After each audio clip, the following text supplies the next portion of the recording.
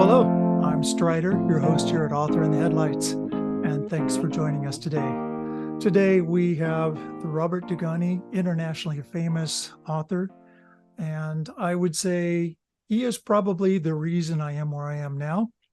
I wish I was even higher up on the ladder with him, but Robert and I met at the very first conference I ever went to. I didn't know him from Joe Blow, and we started talking. And in fact, I am somewhat embarrassed by the comment, but I have actually called him my poster child for things that can be. And that's where I would like to head myself. I'm sure the rest of you are right there with me. So thank you for being with it, Bob. Thanks for having me. I'm happy to be here. Thanks for the nice words. Well, it's true. Anybody that goes into a bookstore will find you there. Well, maybe not you personally, but certainly your books. And you have got tons of books, well, like 25 or something. That's pretty close to a ton if you stack them up. Yeah, I think I'm going to have my 30th. I'm working on the edits to my what will be my 30th novel. 30. Yeah. Wow. Okay. Yeah. And I'm excited to say I just signed another 4-book deal with Amazon Publishing and Thomas and Mercer. So they're going to keep coming. That sounds good to me. Wow. And things for the future. That's super. Now, those are books. Have you do any movie options? Have you had that come about with your work yet? Yeah, I have. I've had a number of movie options on various projects. The Charles Jenkins espionage series, the Keera Duggan new legal thriller series, The Extraordinary Life of Sam Hell. And we're in the process of talking with some people about the Tracey Crosswhite series, which is my best-selling series. That's your bestseller. You've got like 10, and so we'll see, 10, 11, something like that. The 10th book just came out. It just keeps, I keep churning along. So it's good. I like to be busy, and I have been. You have been. In fact, I'd like to get into that later, the process you use, because to produce that many books takes a method, I think, rather than just me sitting down and see the pants. That's great. And before I get there, I've got to say, I don't know about the rest of you, but I have a book here that says, and I even have, look at that, it's signed in it. And there you go. I'll tell you what, I love it because it says, I hope to be seeing your book soon, which I have. That was 2 books ago. And so I'm starting on that path. I maybe never get that far, but thank you for that invitation too. You're welcome. You never know. You never know. I mean, I can remember sitting in the audience at the Pacific Northwest Writers Conference and, listening to people speak and wondering if I'd ever be up there someday. So you just, you never know. You just keep going forward. Some of it's luck, some of it's hard work, some of it's skill. You put that all together and you are where you are. That's good. Yeah. I mean, I always tell, I teach a writing course. I teach something called the Novel Writing Intensive. I just got back from Florida, in fact, and I taught it 3-day seminars, 3-day seminars back to back with a gentleman named Stephen James. And I told the writers in that group, some of whom are really talented, when you get an opportunity, you have to be prepared, and that's what success is. Success is when opportunity meets an author at the time that he or she is prepared and has a manuscript that is solid and good, and they're ready to go forward. So it is there is definitely luck involved, and I'm one of the first people to say that. But that luck also comes, from being prepared. Absolutely. To go forward. Yeah, a poor manuscript will not get there no matter how lucky you are. And no, not anymore. Especially, it's gotten very difficult. The publishing business is both more wide open than it's ever been. There's so many avenues to get published, but it's also, I think most new writers will tell you it's hard. It's hard finding an agent. It's hard getting an editor. And I think, as I said to my students, you can't be good anymore. You have to be great. Have to be great. And that takes a lot of work, a lot of dedication, a lot of editing, self-editing, and other editors, beta readers, all those things to make sure you're putting out your very best effort. and hope you get there. Yeah. And you have. Now, you are internationally famous, something like 25, 30 countries, language. It's just amazing. Yeah. I was just released, One Last Kill, which the latest Tracey book was just released in Germany today, and came out. So that was kind of exciting to get that news and to see how the book's doing over there. They love their dark, mysteries over there in Germany. That's something I didn't know, but I'll look forward to that. Okay. Now, your books obviously speak for themselves, or they wouldn't have sold 7 million copies, something like that. I know, of course, the number goes up daily. Mm-hmm. Yeah, I just got news last week in Florida that we sold the Tracey Crosswhite series just passed 10 million copies. So I'm not sure where I'm at with everything, but yeah, that was quite a milestone. That is a huge milestone. Yep. Okay. I thought I was good when I passed the 1,000 mark, which that's a start. That's yes, absolutely. You have to do that to get anywhere else. So now we get 20 minutes or so here to talk, but we go into the process that you use. So your work stands for itself, but how did you get there? What does it take for you to put together a book? How long does it take? Those kind of things that a new author might want to know. The first thing is that I tell my students is you have to understand the craft. You positively have to understand the craft. If you don't understand the craft, then you need to go study it. And I'm talking about Chris Vogler's book, The Writer's Journey. I'm talking about Saul Stein's book on writing. Some people use Save the Cat, but you have to understand how novels are told, how stories are told. It's no different than writing a term paper in high school or college. There's a set way that a story unfolds. And so, when I learned the craft and I became innate to me, then what I was really able to do was I was able to just let the characters tell me the story. I wasn't worried about outlines. I don't outline. Some people call it a pantser. I call it organic writing. But I caution students that you have to understand story structure. You have to understand how a story is told. And once you understand, how the market is and just how a story, develops, then you can just let those, you have an idea, you can let those characters begin to speak to you and let them come alive. Because the most important thing in any book is that a character be raw and unfiltered and honest. That's what draws readers to your work, is when they find a character that they can empathize with, identify with. They become invested in that journey that character is on. They may turn the page because they want to find out what happens next, but the reason they will care about what happens next is because they care about the character. That's right. And the story that carries them along, that fulfills what they're looking for, or they wouldn't be there.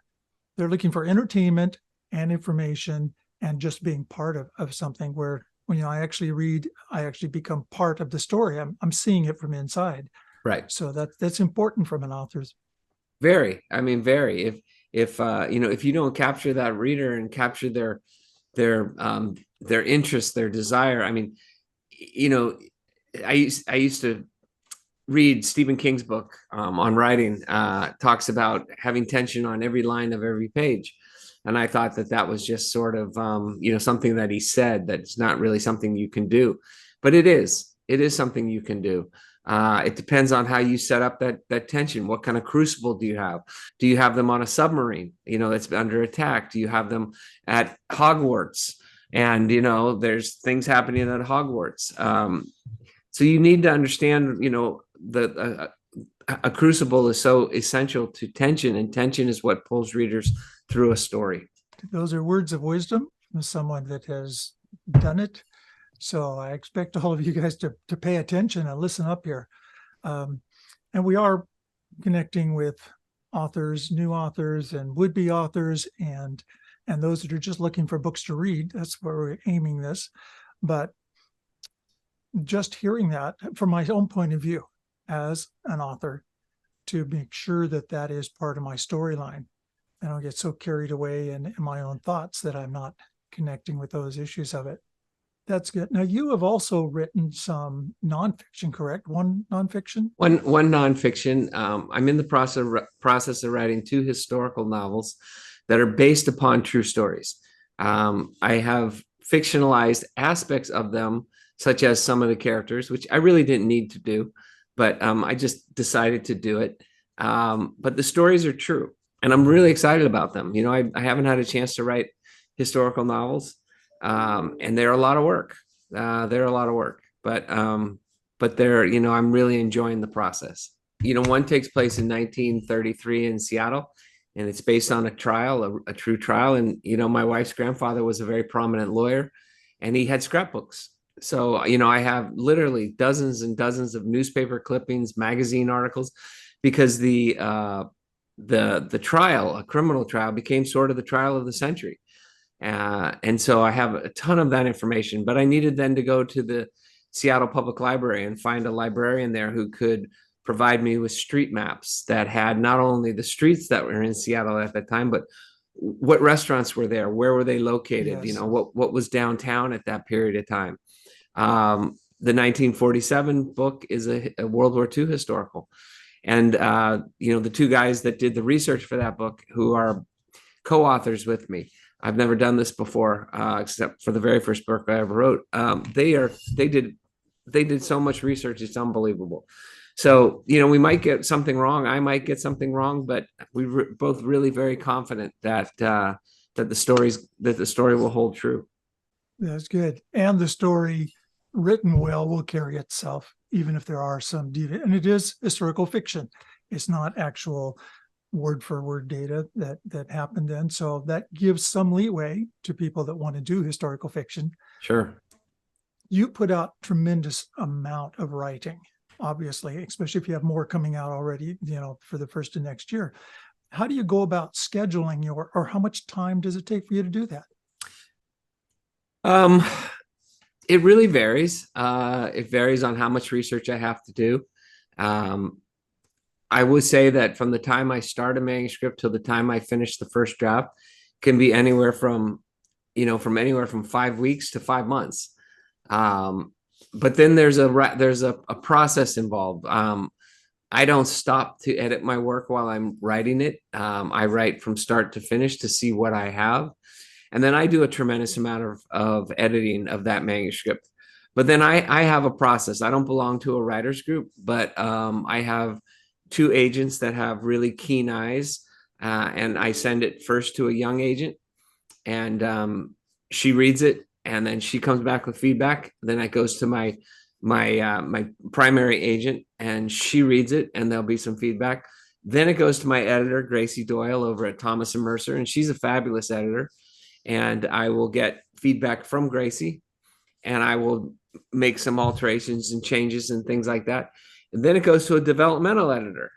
And the developmental editor's purpose is to look at the work from a 10,000-foot level, and then make sure that the story holds true, that each scene has tension in it, and if it doesn't, get rid of it. And what I was just saying is that there's a lot of different stages to the editing process, and I welcome every stage. I really do. Their authors have different feelings and beliefs about editing, but I'm thankful for my editors, from the copy editors to the sensitivity readers. There are many, many steps in the process, and all that process takes me probably at least a year, Strider, before the book is ready then to go to publication. Well, you are definitely a better man than I. I hate those a manuscript overview where they come back, 30 pages of, well, you should change this. It's hard, but I do it. It is hard, but I do it because they're there for the best of my benefit. And so I need to pay attention to what they're saying. Yeah, I really believe in allowing people to do their job. I won't always agree with some of the edits, and I'll make that clear why I don't agree. Why my character wouldn't say some of the things that they might suggest and things like that. But I also, like I said, I also am a big believer in allowing people to do their jobs. I mean, that's what they're there for. And so I take very seriously the editing process. I do a lot of reviews of indie authors' works, And I do find that a lot of times the problem is the writing that needs to be upgraded. So pay attention to those editors. And if you don't have one, you probably really need to get one. If you want it that way, fine, you're the author. But the better you can get it, the better it will be received. Yeah, I agree 100%. Well, do you have words of wisdom for people who are authors? Take me. How about that? Take me. People that are authors but haven't reached any big point yet. Is it just stick with it? That is such a hard question, because I know so many really talented authors that just have not broken out yet. And I have students that are in my novel writing intensive that I think are very talented, and I can't get them an agent, or I can't get them an editor, and yet I think their work is really, really strong. Sometimes it's what you're writing. Mm-hmm. You don't want to write to the market, but at the same time, so many writers became well known because Dan Brown published a puzzle book, and then you had Steve Berry and Jim Rollins, and a lot of people that were got on that one. John Grisham and Scott Turow wrote legal thrillers, and you had Philip Margolin and John Lasqua and myself and a whole host of others. Steve Martini. And all these things sort of have a season, and then they go away. So you can't really write to it because you don't know what the season's going to be. But I go back to what I said earlier, which is understanding the craft so well that you can focus on the story. My buddy Stephen James, who I teach the novel writing intensive with, he wrote a book called Story Trumps Structure. And what he means by that is you need to understand structure. But once you understand structure, you have to have a story. And that story has to be a great story. So it's no different than a parent sitting down and putting their child to bed, and the child says, "Tell me a story." And you'll know right away whether the child is entertained or not entertained. You have to be able to tell that story. So I didn't hit until my 7th book, My Sister's Grave. I had been with three publishers by that time.